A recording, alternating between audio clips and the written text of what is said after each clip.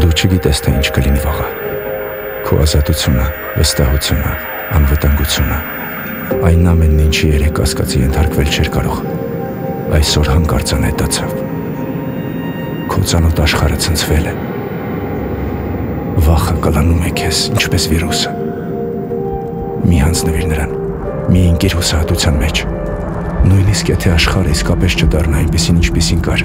անգամ եթե դու էլ ոչինչ չես կարող փոխել։ Օգնության համար դիմիր Հիսուսին։ Նա կպաշտպանի քեզ։ Նա կօգնի հաղթահարել վախը և կտա հույս, որը չի խլի ոչ մի հանգամանք։ Եթե չգիտես ինչպես դա անել, պարզապես գրիր մեզ։